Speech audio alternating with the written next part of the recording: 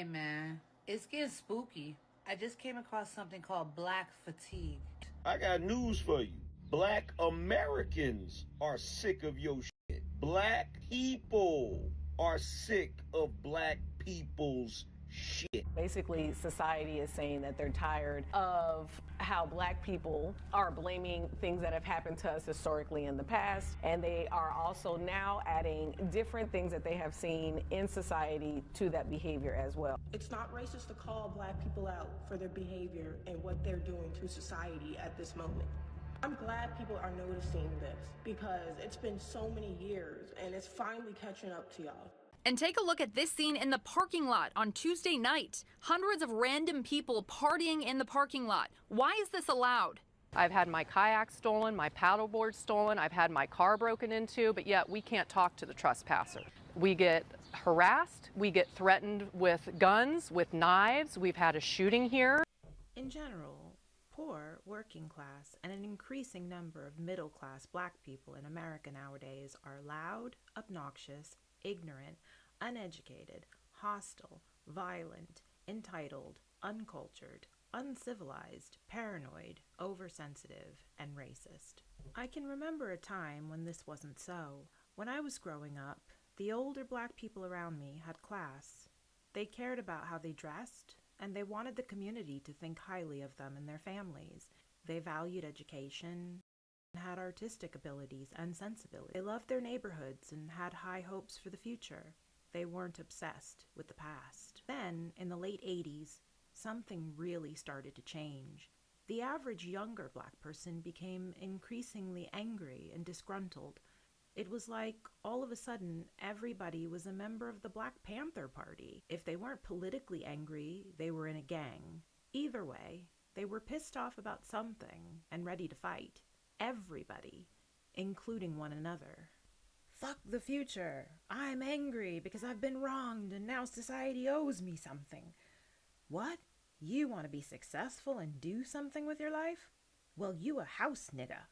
I'm trying to think back to recall a specific point when the anger and violence became popularized in the young black community.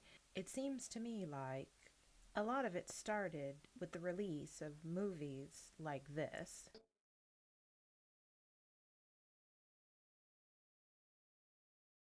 Music from groups like this. And I'm with the brothers that produce the album, along with my man right here, Dr. Dre. Oh, yeah. Of course, we got Eazy-E. Compton's in the house. And MC Ren. MC Ren's in the house. What's up, y'all? They gave us the most accurate description of what gang life is like on their album. I guess it was directed Gangsta Gangsta.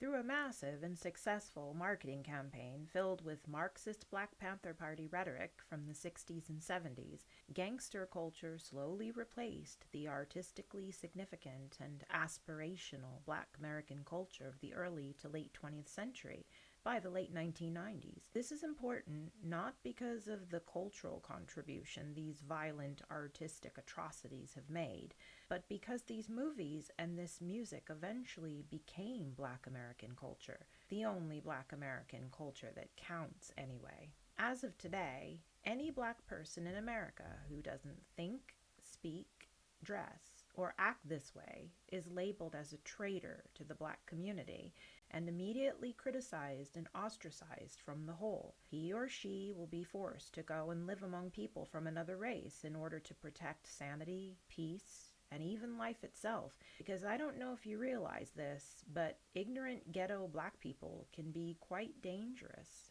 Many people believe that this was done intentionally through manipulation of content at record labels and movie studios in Hollywood by certain financially powerful interests with personal ideological motivations for political reasons, but that's another video. This video deals with the cultural change itself for those who believe that this was always Black culture. And Oklahoma is a unique space in terms of the number of African American towns that were established. Some suggest upwards of 50 African American towns. Self-determined, vibrant African American communities that individuals, how many years out of slavery, are now owning oil wells that are producing 2,000 barrels a day. Is that not the ultimate American story?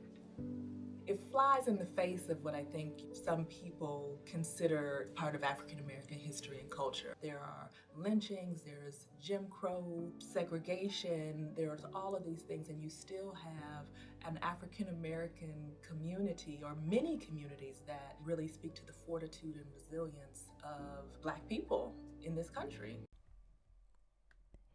In the early and mid 20th century, Black Americans were simply American. Sure, they experienced discrimination, and discrimination sucks, but they were happy overall. They were happy because in the North and South, they mostly lived in their own communities, surrounded by people who looked like them and didn't discriminate against them. And they were by and large self-sufficient and in many ways thriving. They owned businesses, had good schools. They even had their own colleges and universities. They were able to achieve these things because they knew slavery was over, and they wanted to build good futures for themselves and their children. I'm sure most people had some leftover anger and resentment over slavery and discrimination, but they chose not to dwell on it. They chose instead to excel. That is, some Black people chose to excel. Other Black people chose to do what they had always done. Not much at all, except get drunk, dance and sing, and do drugs. Of course, they stayed poor. Just like other groups, Black Americans are split into class. Some people are wealthy or middle class because they come from family value systems that emphasize hard work, education, entrepreneurship, and the importance of creating and recognizing opportunities to excel in life. Others are poor because they come from value systems that lack this emphasis. So yes, there were rich Blacks and poor Blacks, definitely more poor than rich because most Blacks were still catching up from the evils of slavery, and there is the fact that some people will never catch up because they lack the intelligence or drive to do so. But by and large, even poor Black people were at least respectful of their communities and one another. However, don't fool yourself. Discrimination and prejudice isn't just about race, and actually, it's usually about money. Wealthy Black people didn't want to live around the poor, ignorant Southern Blacks because they were known for being loud, uneducated, crude, lazy, and uncultured by 50 standards, which, by the way, were much higher than standards for cultured behavior are today. These Black rednecks, a term coined by Black American economist Thomas Sowell, would soon be the primary population in the many urban ghettos springing up nationwide as they moved into large cities in search of welfare handouts and opportunities to engage in crime. Wealthy Blacks and whites knew that where the Black rednecks moved, poverty, decay, and crime, along with a sprinkling of violence, would naturally follow. You recall at our last meeting we discussed the problem of integrated housing, and we found out that almost 1,700 Negroes are moving into Los Angeles a month. By 1970, there'll probably be 1 million Negroes in this city. And I know that people are concerned about this. They may not talk about it very often, but I certainly heard them shudder in church when he said there'd be 1 million Negroes in Los Angeles. We shudder because we're saying, in essence, the majority of these people are not like we are. And we felt that maybe some of us felt we left the South because we were getting away from this problem.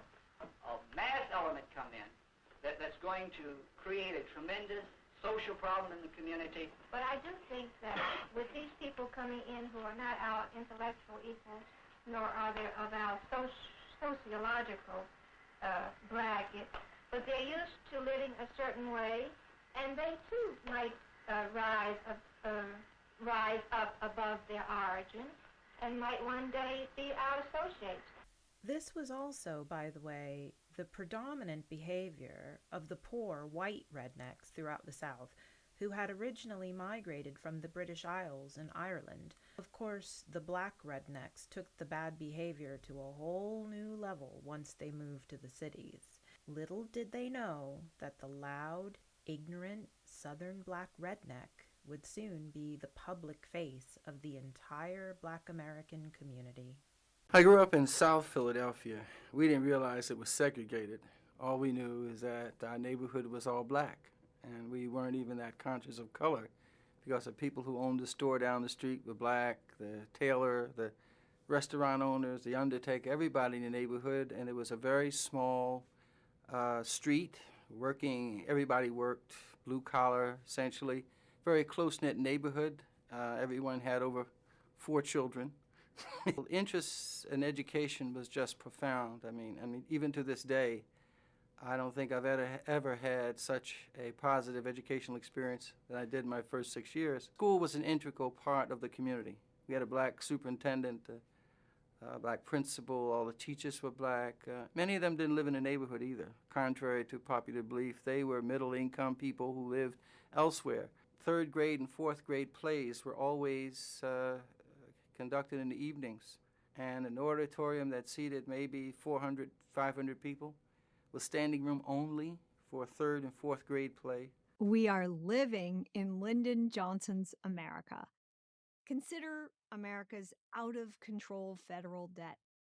We'd like to reduce it, but we can't, because doing so means taking down institutions that seem as permanent as the Rockies: Medicare, Medicaid, and many other entitlements. All these institutions were established by Lyndon Johnson. So Johnson created a program called the Great Society. Not only would he outdo John Kennedy, he would outdo his own hero, Franklin Roosevelt. At the University of Michigan in 1964, Johnson announced dramatic plans to change life in our cities, in our countryside, and in our classrooms. Later, Johnson promised to cure poverty. Note the verb, not alleviate, not relieve, but cure. A civil rights law to banish inequality. A voting rights law to end the voting gap between white and black Americans.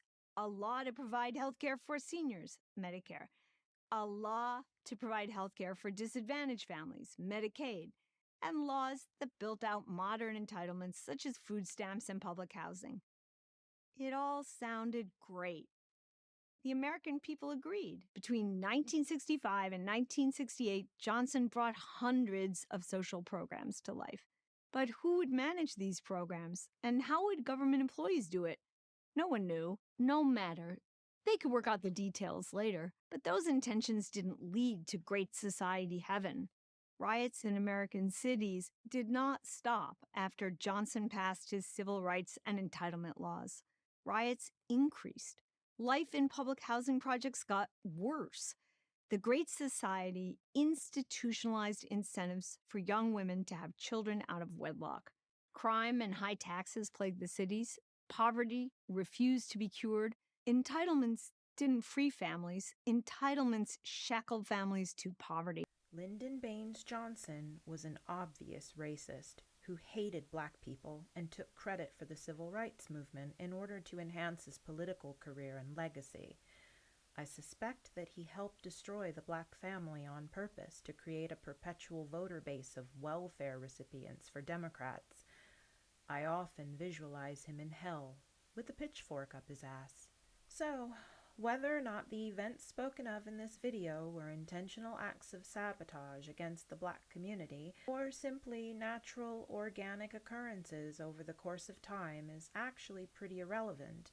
Any group of people that allows itself to be perpetually manipulated and cajoled into destroying itself by other groups because of lack of attention and awareness is getting what they deserve.